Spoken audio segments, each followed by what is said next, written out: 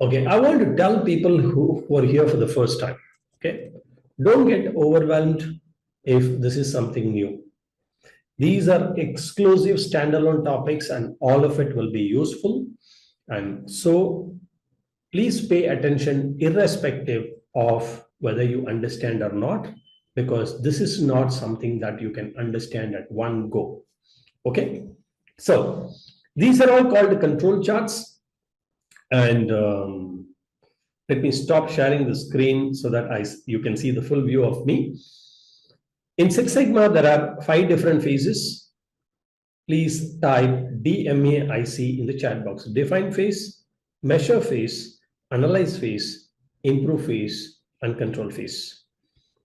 When you have a problem in your organization, you convert problem to projects. Okay, all of you type PP in the chat box, problem to projects. And the project goes through a structured methodology. You define the problem. Okay, so let me pause the chat box for some time.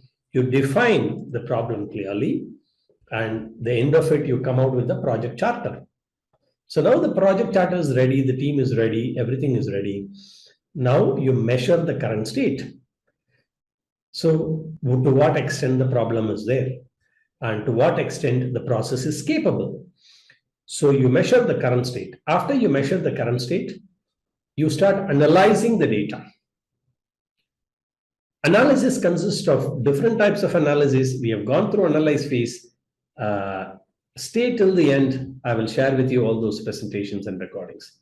After that, after analysis, then we come with solutions and we implement those solutions.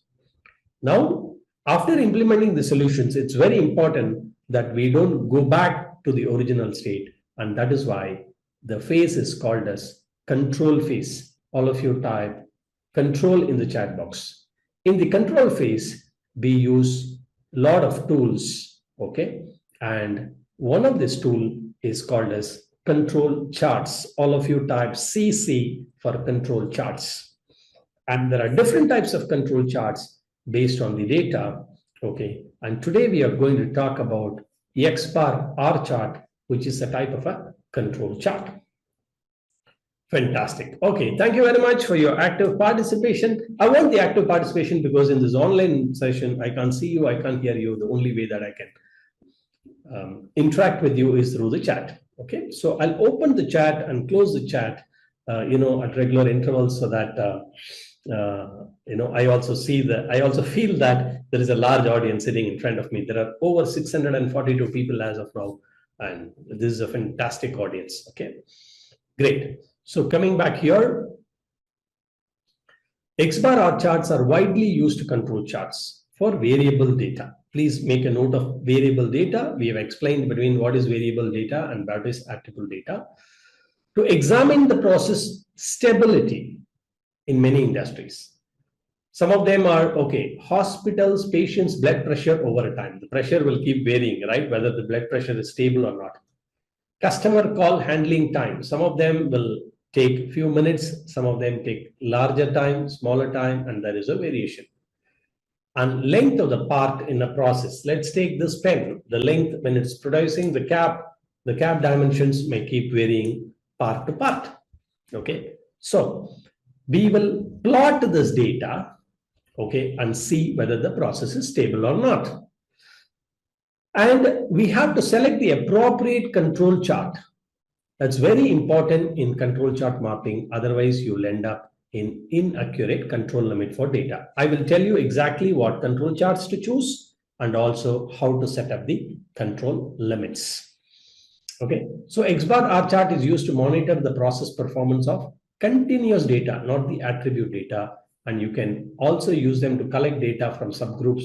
Okay, subgroups means we take a few samples at regular intervals and plot it. Okay, so it actually consists of 2 plots. I'll explain you what those 2 plots are. Okay, so if it is clear, if this slide is clear, type SC, super clear, in the chat box. Okay, this is a quick introduction. Now I'm going to super clear, Fantastic. Now I'm going to introduce you to the 8-step methodology. I'll share with you all these presentations if you stay till the end, okay? 8 steps in constructing chart, okay? Now, if you see here, which type of control chart to use, what type of data it is. Xbar chart is for the variable data, and you collect data one at a time or some groups at a time, 5 samples at a time, okay? Then if it is in groups, anywhere between 2 to 10, we use Xbar R chart, okay? So we are going to take a subgroup of 5. Let's say this pen cap is getting produced, and I'm going to take 5 caps at 1 o'clock, 5 caps at 2 o'clock, 5 caps at 3 o'clock, 5 caps at 4 o'clock at very regular intervals. I'm going to measure the length of this pen, okay? Okay, in the 8 steps for controlling, if you notice here, there are a few things that you should write down, okay? All of you type UCL and LCL in the chat box. This is something that you should remember: upper control limit and lower control limit. Upper control limit and lower control limit. Fantastic. And you can also type USL and LSL in the chat box, okay? Upper specification limit and lower specification limit. In this graph, I will also give the specification limits later, okay? Because specification limit is decided by the customer and control limits is decided by the process data, okay? Please write that down in the notebook. This is a very, very important thing.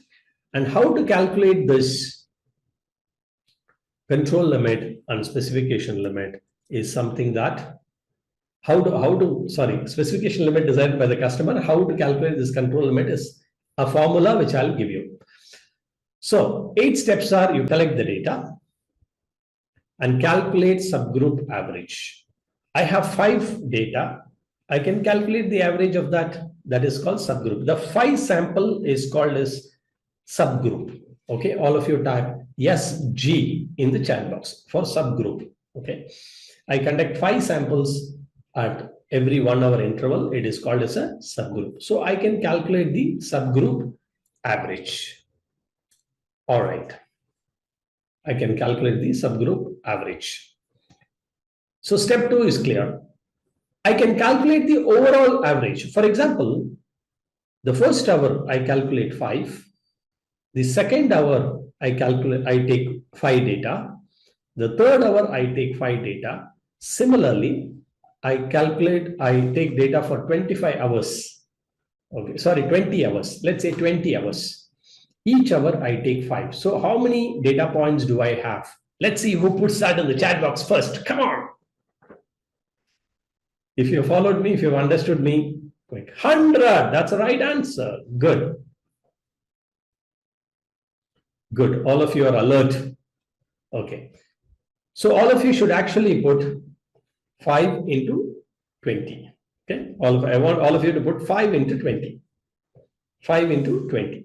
So that 5 into 20 is 100. So that 5 is called as subgroup size. That 5 is called as subgroup size. If all of you can see my screen clearly, give me a 9 or 10 if you can see my screen clearly. Because somebody has typed that they can't see the screen. So I want you to, okay, whoever cannot see the screen, probably you're watching in the mobile, you need to click somewhere to make sure that the screen is on, okay? All right, I'll pause the chat for some time. So calculate the range. What is a range? Range means maximum data value and minimum data value. So max minus min is equal to R, which is a range. Then for every subgroup, we have a range and we can calculate average of the range, that is called R bar. Okay. All of you type R hyphen BAR, R bar. Okay. Whenever you put a bar, it means average or mean. Mean, average, both are same. Okay. R bar. Fantastic. R bar. Okay, so you can calculate the average of the range, which is called as R bar. When you say bar, it is average. Average or mean. Mean and average are same. Okay. Then you can calculate the control limit for Xbar and R, and you can plot the chart. Simple 7 steps for construction of a control chart. I want all of you to type simple in the chat box. Type simple in the chat box. I want you to believe that it is simple. It's not complicated. It is simple. Okay? Great. I want you to enjoy this session. Okay? So far, if you're finding it interesting, useful, valuable, fantastic, awesome, just put it in the chat box and let us proceed to interpret the chart as the 8th step. Okay? Now, first step is data collection. Let's say that you have this data. All right. Thank you very much. So we have this data. So what I've done for you is I've done something parallelly for you so that you can find this interesting. Okay. Let me show you what I've done for you.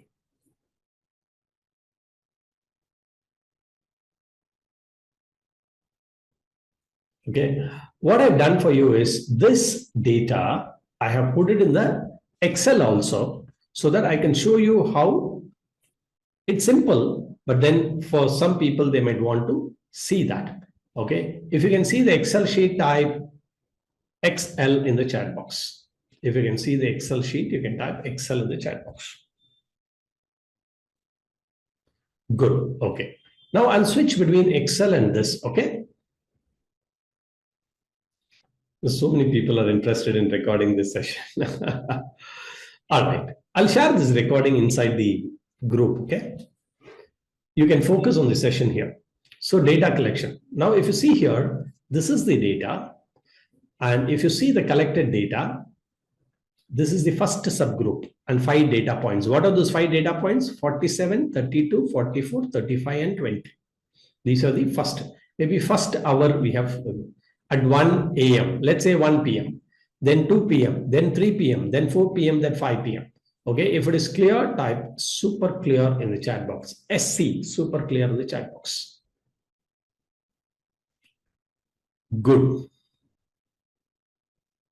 Good. Now, collect the data based on the sampling plan and collect data collection method and stratify the data into subgroups like this. The first one, second one, third one. Okay. Collect approximately 100 data. That is why I said 5 into 10. 5 into 10. Sorry, 5 into 20. I'm sorry about that. 5 into 20. So 100 data points that you will get. So divide and fill them. If you calculate 4, you can collect 25 subgroups. If you take 5 samples, you can make 20 data points. Okay, 20 subgroups. So size of a group is usually between 2 to 10 in an Xbar chart, and here we have chosen 5. So limited data we will take and we will calculate. Step number 1. There are some conditions required for this. Collected data from the process used to construct the control chart for further analysis. Data collection from the process provide the following conditions. Data should be collected in such a way as to facilitate grouping in the control chart. I'll tell you what is grouping. It is just, putting it in a particular format. Sampling should be carried out at regular intervals of time. That's why I said 1 p.m., 2 p.m., 3 p.m., 4 p.m., 5 p.m. like that. And then examples of sampling is every 1 hour, or you can even do every half a day or every 1 day, every shift. Okay, every lot, lot 1, lot 2, lot 3, lot 4, every stocking unit, etc. Okay, now the background of the collected data sources should be clearly recorded, and information will serve for stratification of control chart and regrouping of data for investigating the abnormal causes of the process. So subgroup size should be clear. In our case, it is 5. And then, okay, we'll talk about P and U control chart later.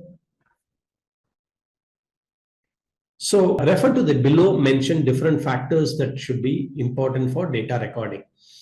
Raw materials, parts, etc., machines, manufacturing method. See, while you record the data, you should also note the conditions, some of the other conditions also. Manufacturing and data collection dates, locations, when you have collected data, who was the operator, what material was used, from which machine it was collected, which raw material was used, and all those details. So far, if it is clear, give me a 9 or 10 if it is super clear.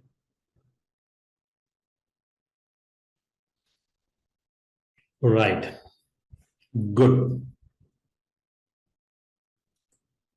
So all the conditions you are recording, raw material related, mission related, manufacturing, so that you know when you're analyzing, it becomes important. Calculate the subgroup average. In the second step, we need to calculate the individual subgroups average. So let me shift your focus to this Excel sheet. So these are the subgroups, right? This is one subgroup. So let me highlight these individual values in some other colors so that you know these are the data. Okay, Xbar is equal to average of these numbers. Okay, so 35.6, and we have these. If this step is clear, type SC super clear in the chat box, because this is one important step.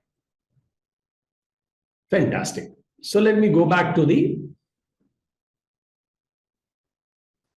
so we have calculated, we have seen 35.6 as the value here. We also got the same 35.6 here as the average. Let me highlight this so that we know X bar values are here. Now, these are the averages. Now, what we love to do is we need to calculate average of averages. I'll come to that. We'll calculate the overall average, okay, in the third step, which means that this is X1 bar, X2 bar, X3 bar, etc. So, or in other words, if you see here, this is actually called X1 bar, okay? X1 bar, X2 bar, X3 bar, X4 bar, X5 bar. Okay, then that is the average of X1, average of X2, average of X3, average of X4, average of X5. Now you can calculate the average of the averages. Okay, you can calculate the average of the averages. That is equal to average of all these averages, and that's called X double bar. All right, if this is clear, give me a 9 or 10 if this is super clear. I'm going to share with you this complete X bar with 20 lots that we have taken practically in a company, and give the sheet. Okay, here I'm only giving you the sample so that you know how to do it in Excel. Okay. All right, now that you have calculated the X double bar, let me go to the presentation, and we have this step is clear. We have got is 33 as an answer. Okay, and you can see in the Excel sheet also we've got that. This Excel sheet I'm going to share with you. Okay, how many of you want this Excel sheet? Type want in the chat box. How many of you want this so that you can refer to it later? Come on, only those who type want I'll give you. Otherwise, I won't give you. Awesome, awesome, awesome. I'll give it to everyone. Don't worry. Super. Want and need. Somebody says want and need. Bereng Lefsa, fantastic Bereng. All right. Now, we have gone through the step 3. Let's go to the step 4, which is calculate the subgroup range. Now, if you see in the first subgroup, what is maximum value, what is minimum value? Just type those two values in the chat box. Let's see how many of you find. This is the first subgroup. What is the maximum value? What is the minimum value? But type both. And what is the difference? You should say 47 minus 20 is equal to 27, something like that.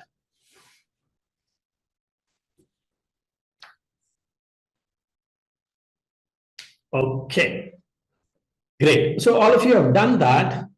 Fantastic, fantastic, fantastic.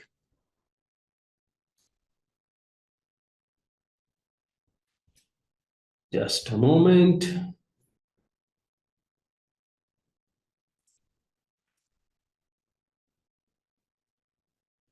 Let me take your attention to here. So in Excel, if you want to find the maximum, you have, let me just compress it so that we get more space to see. Okay, is equal to max of these numbers. And all of you are typed 47 here. And I'll say is equal to min of this 20. So I'm going to copy all this here. And the difference is equal to max minus min, which is this range.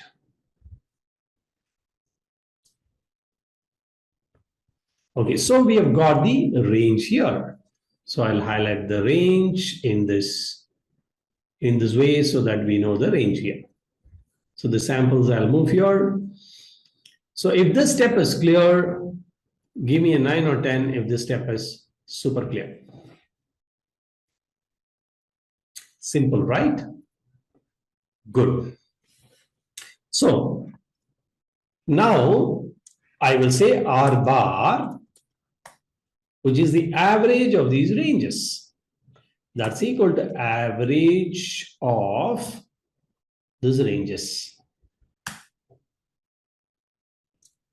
And I will highlight this with probably a thick blue, R bar. Okay. So we know X bar, X double bar, and R bar. We know we have calculated X bar, we have calculated X double bar, we have calculated the range, we have calculated the range. Okay, that's what is given in my presentation also. So you find this is a range which is 47 minus 20, which is 27, and we are calculating the average of these ranges, R1, R2, R3, R4, which is 28.8. And let us see from our data how much we've got. This is 28.8. All of you type super in the chat box. Let's all give a pat on our shoulders and say super.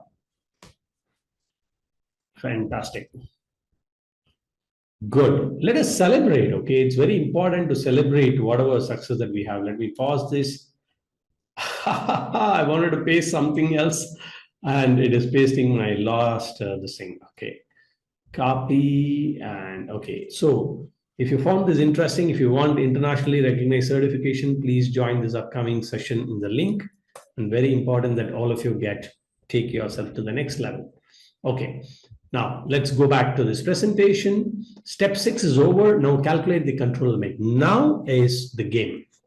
How do you calculate the control limit? You have a formula. What is that formula? Upper control limit is X double bar. So you have two things that you are using. You use X double bar and R bar, and A2 is a constant. All of you type A2 in the chat box. A2 is a constant. This A2 will differ based on the subgroup size.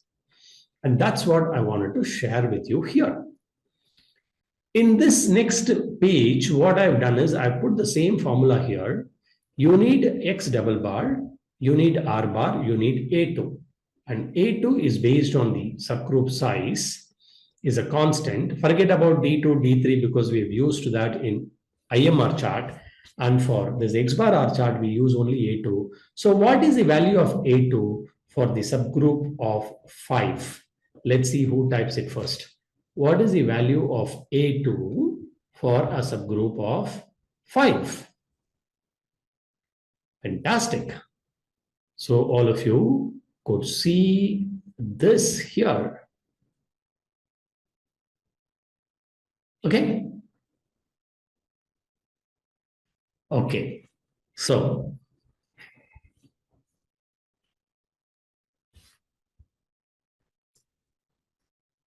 fantastic. So what we do here is we come back here.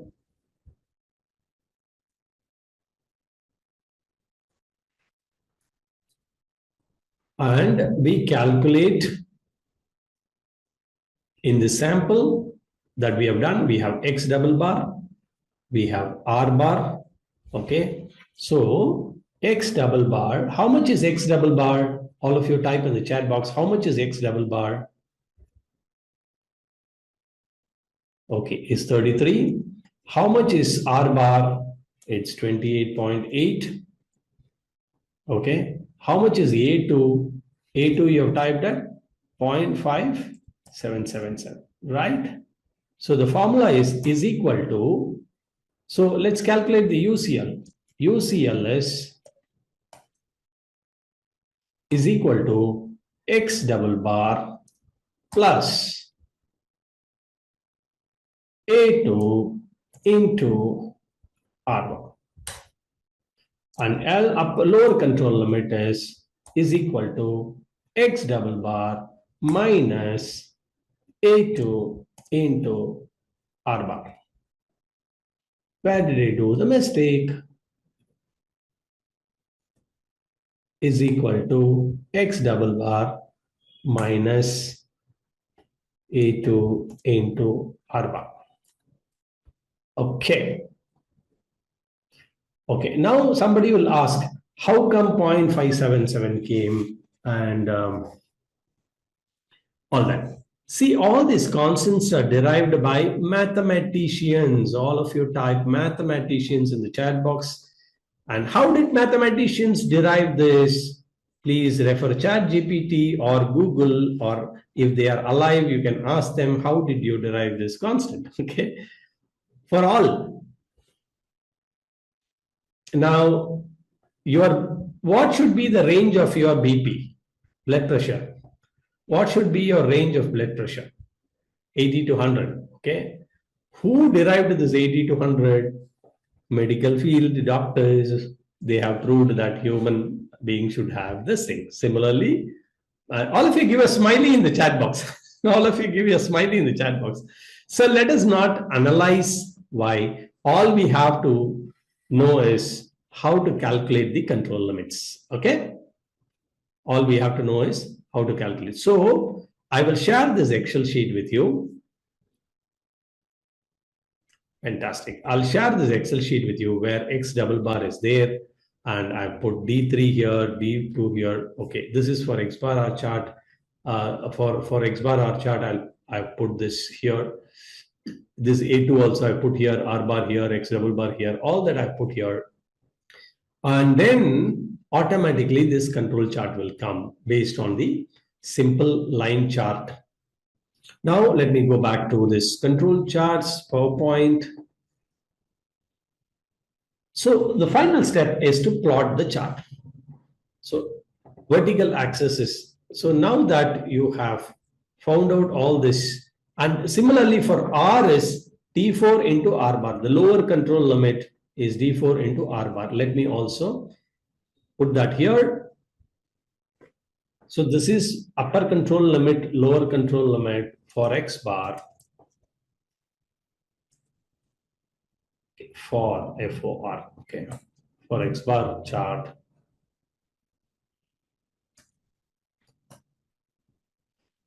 Let me, okay, for R chart, what is the LSL? Because UCL, okay, the formula is this. For R chart, it is D4 into R bar. And what is the D4 value?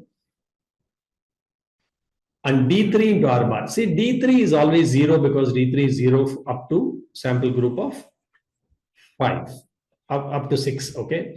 So what is D4 value? Let's see, everybody is able to spot that. What is the D3 value? 2.28. 2.114, sorry, 2.114. 2.114, this one, okay? 2.114. Okay, so what I'm going to do is I'm going to put, this is A2 value. Okay, I'll move the A2 value probably here and call this as A2. And here we need D3 is equal to 0, D3 and D4.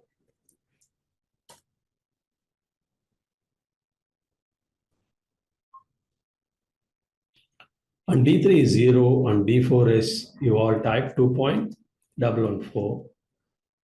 So LCL is equal to D3 into R bar, and UCL is equal to D4 into R bar, which is 60.8832. Okay, if this is clear, type SC, super clear, in the chat box, and I'll go back here. And so we have the control limits for these two charts, which is R chart and X bar chart. Okay, and if that is super clear, and those of you who feel this is highly interesting, useful, valuable, you have to join the upcoming webinar and upgrade yourself to either a white belt, green belt, or something like that. Okay, if you find this interesting. Okay, so coming back to here, let me check this. Okay, now plot the graph. So vertical axis is X bar and R values, vertical axis, right? And horizontal axis is a subgroup number, and the central line is X double bar and R bar. Then draw the control limits which we have calculated, and plot the X bar and R values and joins, and write necessary items like which product, process, which working conditions, etc. that we have noted, and you will get a graph like this. All of you type fantastic in the chat box. This is what we will get. Fantastic. Okay. Now, if you see here, the blue lines are specification limits which are decided by the customer. Okay, we can't do anything about that. And the red lines are the control limits that we have calculated. This is the X bar chart control limit where it is around 200 and something. In this case, some other example, okay. And the sample subgroups are given here. Okay, sample subgroups are given here. And the X bar values are, this is 5 sample average. And okay, just 1 second, where am I?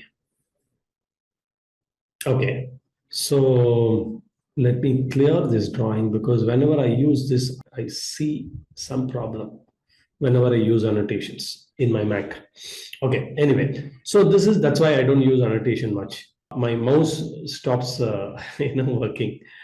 This is for 5 sample average, 5 sample average, 5 sample average, and so on and so forth. If this is clear, all of you type super clear in the chat box. Good.